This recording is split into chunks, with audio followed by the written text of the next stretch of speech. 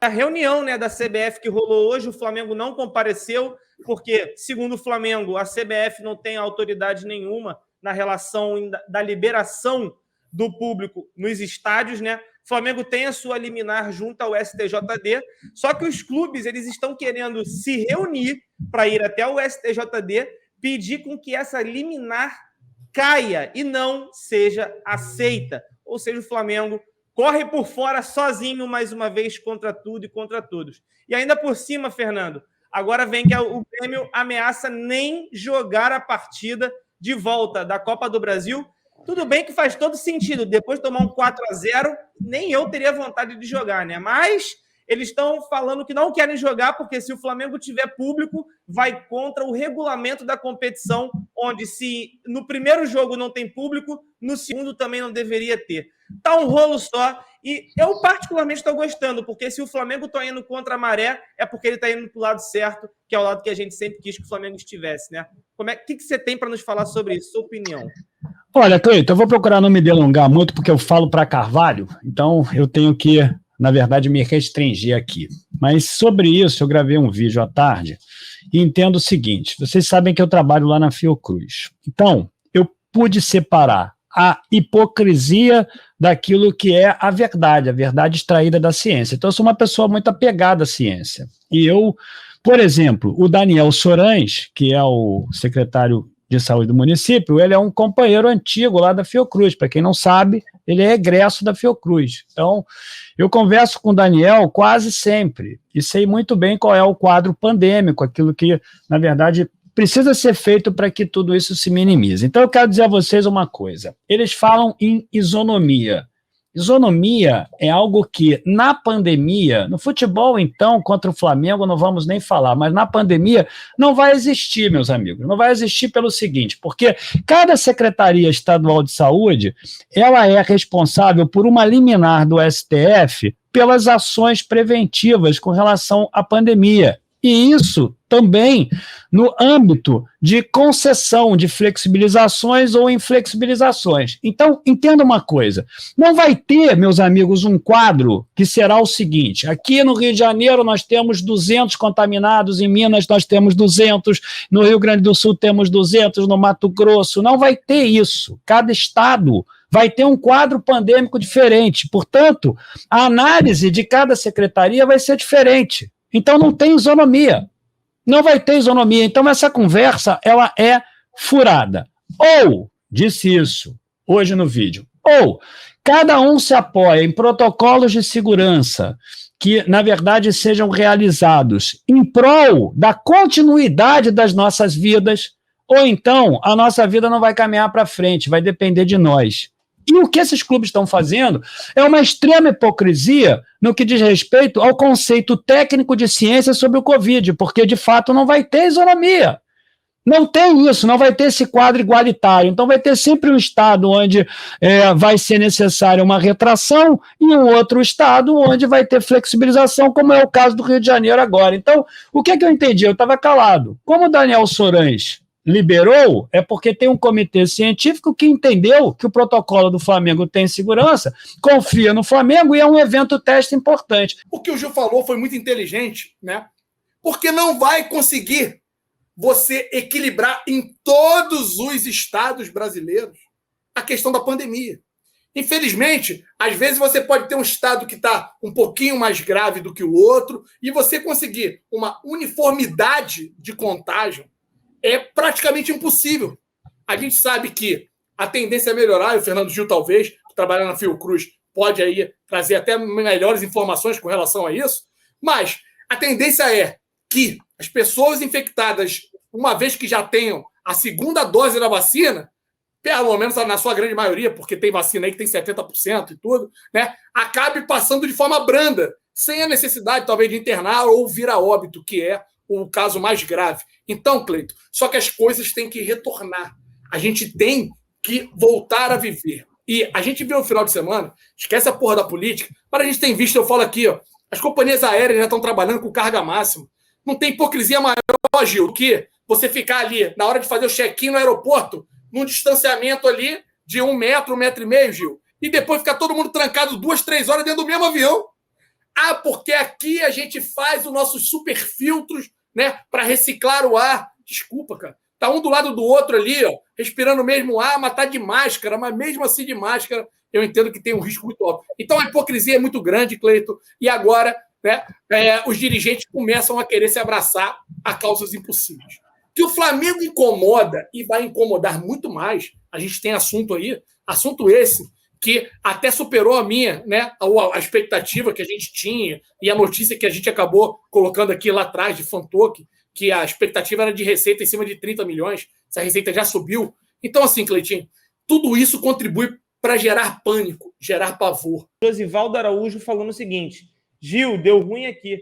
O marketing aqui de casa marcou uma festa para uns amigos que não sabem ainda. O prato principal é a base de mamão, mas não tem mamão no mercado. O que eu faço? Cancelo a festa ou escolho outra fruta? Na verdade eu não estava querendo muito falar sobre isso aqui, mas de fato o companheiro faz uma referência a um outro companheiro de outro canal, que aliás, ressalte-se, eu prezo muito como pessoa, como ser humano, é uma boa pessoa, mas que em algum momento foi traído por algum erro, por alguma fonte equivocada e se precipitou e acabou dizendo que tinha ali um anúncio já pronto por parte do marketing do Flamengo para poder anunciar o Davi Luiz. E aí eu tive esse final de semana lá na Gávea, eu tentei até falar com o companheiro, não consegui, eu tive lá. E aí, Alan, é o seguinte, Cleiton, meus amigos, eu sou uma pessoa franca. Esse é o meu problema. Eu sou uma pessoa franca e, em grande parte das vezes, a franqueza ela não é muito bem absorvida. Porque eu acho que não tem nada melhor do que você falar de frente. Então, se eu estou falando no ar, é porque eu sou franco. Eu não tenho essa conversa de bastidores. Eu falo francamente. E eu acho, sabe, que não tem nenhum problema de haver um equívoco. O equívoco existe, mas é preciso que se assuma o equívoco e, a partir daí, você passa a estabelecer, porque eu estava citando o companheiro, você passa a estabelecer uma relação que seja profícua com todo mundo. Então, o que eu vejo é o seguinte, sabe o que mais me deixa irritado na vida? É a nutelagem. Vou aqui usar o coloquial popular. A nutelagem, isso me irrita. Sabe por quê, meus amigos? É o seguinte, eu já sou um companheiro mais velho, curtido. Muitas companheiras lá da Vila Mimosa já se aposentaram. O Alan falou aí, ainda há pouco, do Paris Café. Quantas vezes eu subi aquela escada? Eu não sou tão aclamado lá como o Alan, mas quantas vezes eu subi aquela escada ali para poder cumprir o meu papel? Entendeu? Então, eu sou de uma época que era o seguinte, Alan, você ficava irritado com o teu amigo e o pau comia ali, todo mundo ali, discutia, um mandava o outro pro Carvalho tomar caju e etc, e acabou, e uma hora depois tinha acabado. Hoje em dia não. Ai, mas poxa, me magoou, ai, você não podia ter falado assim com ele, você não podia ter falado aqui, acolá. A companheira Bianca que está aí, que é fã de vocês, ela é minha aluna, foi minha aluna em 2007, ela sabe muito bem como eu sou. Mas eu não gosto. Uma aluna? A Bianca? Bianca foi minha aluna. Se eu te contar, rapaz, que eu tô devendo a ela até hoje. A gente ficou de aqui no corte 8, roubar o cabelo de um defunto ali pra dar pra ela, pra amarrar no dela, viu? Até hoje, eu tô devendo isso a ela, irmão. Ainda ela e a irmã, né, Alain? As duas foram minhas alunas, pessoas assim maravilhosas. Elas me conhecem, sabem que comigo não tinha frescura, né? Não tinha frescura. Então, aí gerou toda essa controvérsia, estão dizendo que eu estou depreciando o rapaz, não estou, porque o cara é muito boa pessoa, entendeu? Ela é espetacular.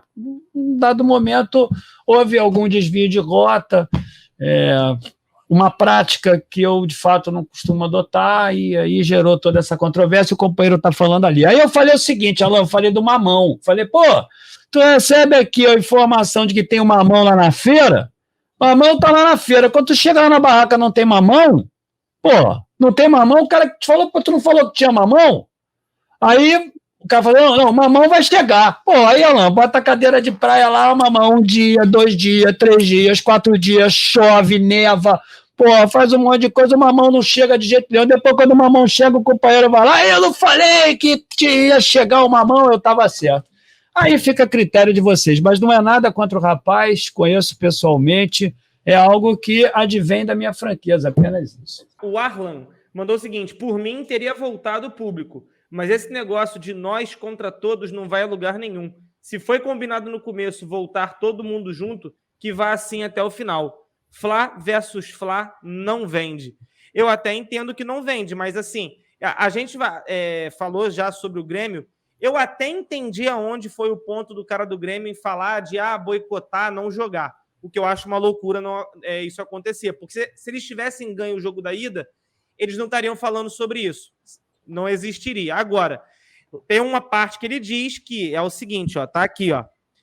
Foi consultado o jurídico sobre o tema. Respondemos ao presidente que, de acordo com o regulamento da competição, se no primeiro jogo não tiver público, no segundo não pode ter. Mas aí, beleza, até aí tudo bem. Mas eu vou muito no que o Fernando Gil falou e, assim, eu nem tinha pensado nisso. Usa isso como teste, cara. Usa isso como benefício próprio. Pô, como é que vai ser o que o Flamengo está fazendo? O Flamengo tomou porrada aqui? Vamos fazer diferente do Flamengo quando liberar o público lá no Sul. Por exemplo, tu viu que rolou do Atlético Mineiro, que liberou quase 100% da capacidade. Se o Flamengo cometer esse erro de não cumprir, é 35%, é 35%. Se o Flamengo fizer o que o Atlético fez, que tomou porrada de tudo quanto é canto, eu vou vir aqui e vou sentar-lhe a porrada no Flamengo, pô. Não tenho nenhum problema de fazer isso. Porque tu tá vendo que o cara errou. Foi lá feito uma parada. Onde é que eles erraram? Foi ali. Porra, se ele errou e tomou porrada, por que tu vai cometer o mesmo erro que ele fez? Não existe. Então, o Grêmio tinha que ser inteligente. Eu vou com o Fernando nessa. Use isso como teste. Vê como vai ser o protocolo que o Flamengo está fazendo. Traz isso para benefício próprio. Para quando você fizer, você fazer direito, fazer bonito e ser exemplo. O exemplo não é só quem começa, não. É quem segue aquilo à risca. Quem segue o protocolo à risca. Então, assim, eu acho que é uma grande oportunidade que eles perdem e no Brasileirão não tem disso. Eu acho que no Brasileirão é questão da secretaria local. Se no local pode ter o público, vai ter. Se não, não vai ter. É mais ou menos isso aí. Mas vai ter lugar que vai demorar. Aí eu só lamento. Só lamento, não tem muito o que fazer. O Rivaguir mandou: Mister Cabelo de Boneca Velha, Davi Luiz, vem ou não vem? Aí eu deixo contigo. Rapaz, o companheiro Rivager, talvez você não conheça, lá no outro canal ainda, o Flamengo ia jogar contra o Fluminense, aí o companheiro disse assim, botou lá no chat, aí mandou um superchat e botou assim: vou dar o brioco caso o Flamengo perca para o Fluminense. Eu disse na hora o seguinte, falei, tudo bem, companheiro, você botou o brioco aí, você confia muito no time do Flamengo, mas é o seguinte, o brioco é precioso, não se aposta. Tem duas coisas que não se aposta na vida. A primeira, botar a camisa de outro time, caso o teu perca, e o brioco. Mas o companheiro estava tão confiante nos comandados do Jorge Jesus que resolveu apostar o brioco. Aí, o que aconteceu? Empatou o jogo e o Flamengo perdeu nos pênaltis. O companheiro Rivager, cumpridor da palavra, disse, eu vou cumprir a palavra. Aí se formou uma fila lá na porta da casa dele, lá em Bangu, e a rapaziada não perdoou, o nego largando o aço, até que eu entrei na live e falei assim, pessoal, vamos dar um salvo-conduto para o Rivager, porque o companheiro Rivager não precisa liberar o fiofó, porque o jogo foi empate. Na verdade, o Flamengo perdeu nos pênaltis. Livrei o companheiro. Mas só que o companheiro disse o seguinte, não, eu apostei, então agora eu vou cumprir a aposta. Tá aí o companheiro Rivager que liberou o brioco, o cara que tem muita personalidade. E se ele pergunta para mim onde é que está o Davi Luiz, meus amigos, é o seguinte, o Davi Luiz, companheiro, vai acabar chegando, mas só que ele não ia chegar, ele vai acabar chegando. Ele vai chegar, porque já não tem mais para onde ir, o companheiro vai chegar. Eu acho que ele vai chegar. Agora, Fernando, alguém te deu a informação? Não, ninguém. É a lógica me permite esse entendimento, que o companheiro um dia vai chegar. Agora, se vocês aí, companheiros, forem começar a manjar o Davi Luiz, o companheiro vai lá, posta uma foto, tem a beira da cueca dele aqui vermelha. Ih, olha lá, o companheiro deixou aparecer a cueca. Ih, é por isso que o Davi vai, porque ele deixou a cueca dele aparecer. Se o cacho dele tá revolto, entendeu? Tá meio revolto, o companheiro consegue ver ali rubro-negro, ver Flamengo aqui no cacho do cara. Pô, se você começa a reparar em tudo, aí o Davi Luiz já tá. Eu só quero dizer uma coisa. O Davi Luiz ainda não tá, porque se tivesse, ia jogar contra o Palmeiras no domingo. Mas ele pode chegar um dia. Então, o nego aí fica aí liberando o furo, e é o que o Alan falou. Vai ser sacaneado, não tem jeito, entendeu? Porque se fosse eu a fazer, eu seria também. Mas como eu sei que o furo não se libera, então eu fico na minha e prefiro aceitar a lógica. Eu acho que ele vai chegar. O Fernando Gil tem a cara do canal Zona Rubro Negra. Ele não era para ter começado lá com o amigo Ronaldo na Urubucan. Eu acho, Fernando. E se vocês não sabem, eu vou contar uma aqui. O canal Zona Rubro Negra hoje existe graças ao Fernando Gil. Que, por sinal, eu encontrei Fernando Gil. Tinha acabado, né, de me libertar. Diferente de Fernando Gil, que não tem problema algum. Tem um problema sério, sim, com o falecido. E aí o Fernando Gil falou, cara, larga essa porra pra lá. Meu irmão, monta aí um canal, você, porra, leva jeito, tem uma galera boa lá ainda no Zona. Estava no jogo de basquete com o Fernando Gil, encontrei ele e o Deco. Então, para quem não sabe, um dos incentivadores a ter se criado o canal Zona Rubro Negra foi Fernando Gil e Deco. Não sei se o Fernando Gil vai lembrar. Um jogo de basquete muito legal, Fernando Gil. Engraçado pra Carvalho, porque eu me lembro dessa história, e aí é o seguinte, né? Eu ali, pobre, né?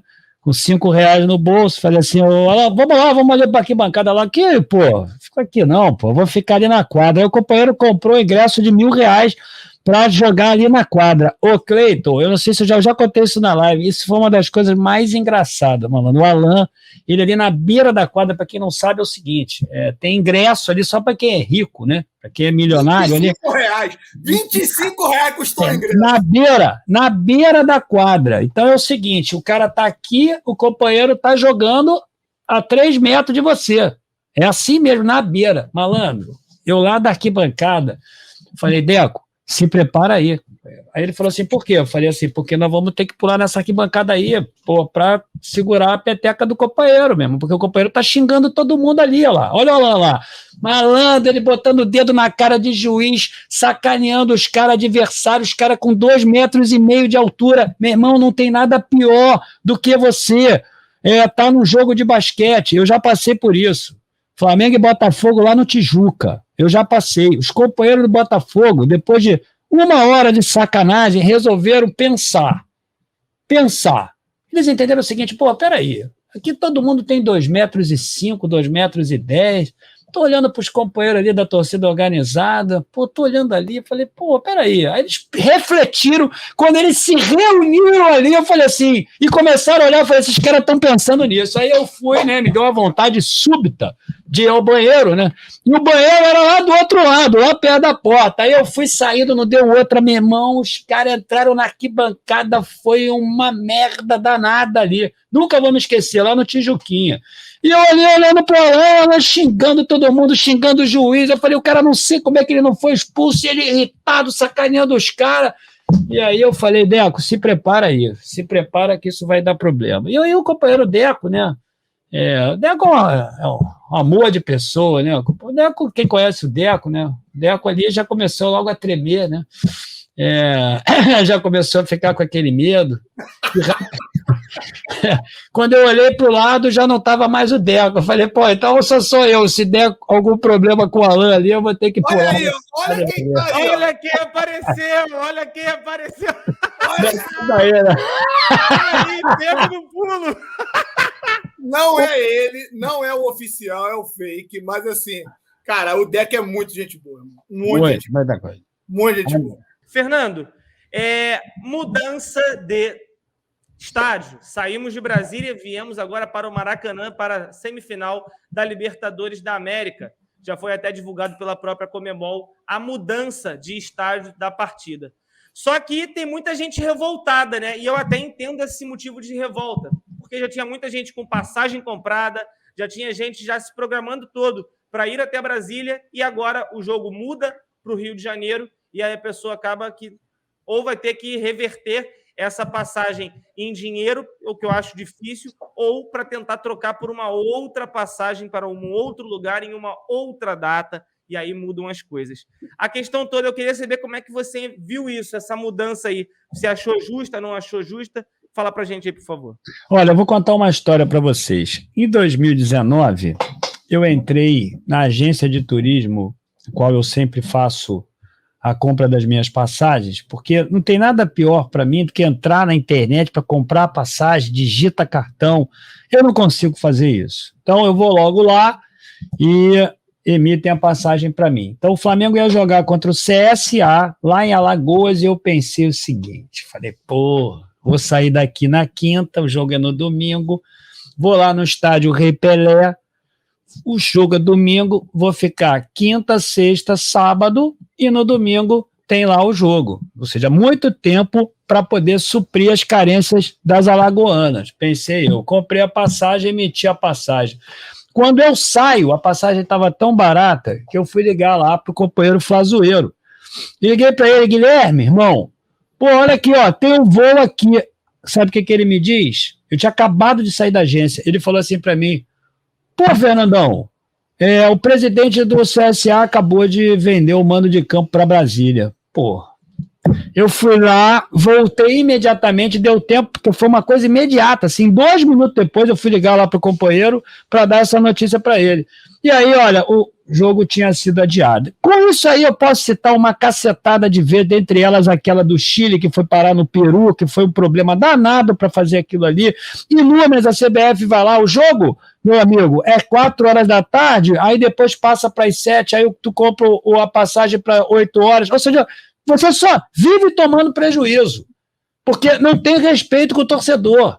Então, entenda uma coisa, eu quase comprei essa passagem para Brasília, eu estava para comprar, mas o companheiro Ricardo Prime, ex-raça rubro-negra, lá do bate-bola rubro-negro, o companheiro que deve estar aqui nos assistindo, ele comprou, e isso é, meus amigos, uma flagrante falta de respeito. Então, às vezes o companheiro aqui do Rio de Janeiro deve estar ali comemorando, e aí, tudo bem, vai ter público, é bem provável que tenha público, talvez até acima de 50%, beleza, tá ótimo. Mas quando você vai comprar uma passagem para um jogo fora, isso acontece, você sente na pele a dor que esses companheiros estão sentindo, porque vão tomar prejuízo, já reservaram hotel, o hotel não devolve o dinheiro, né? E aí você vai lá para Brasília, tem que encontrar uma noitada lá em Brasília para você aproveitar o hotel, né? Se o hotel não tiver convênio com outro lugar, isso é um problema danado, que é causado por quem? Pelo Flamengo também. Então isso aí é uma flagrante falta de respeito. Falar da Fla Token, né? A sua expectativa, como você disse,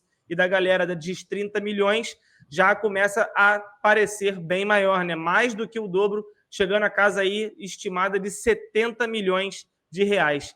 É uma iniciativa que tem tudo para dar muito certo, né? Você está muito seguro. Seguro não é a palavra, mas você está com uma expectativa confiante. Bem bacana quanto a isso, né? Confiante. Eu estou bem confiante. E aí, Gil, é aquilo que eu já falei. Sabendo a paixão do torcedor, você já imaginou o seguinte, Gil, que eu acho que é um sonho teu e meu. Não sei se você compartilha desse sonho. A gente, conseguir ter o nosso próprio estádio, né? Um estádio até às vezes mais acanhado para fazer jogos menores. Você já imaginou os caras sentarem lá e falar assim, vamos fazer a porra das contas aqui.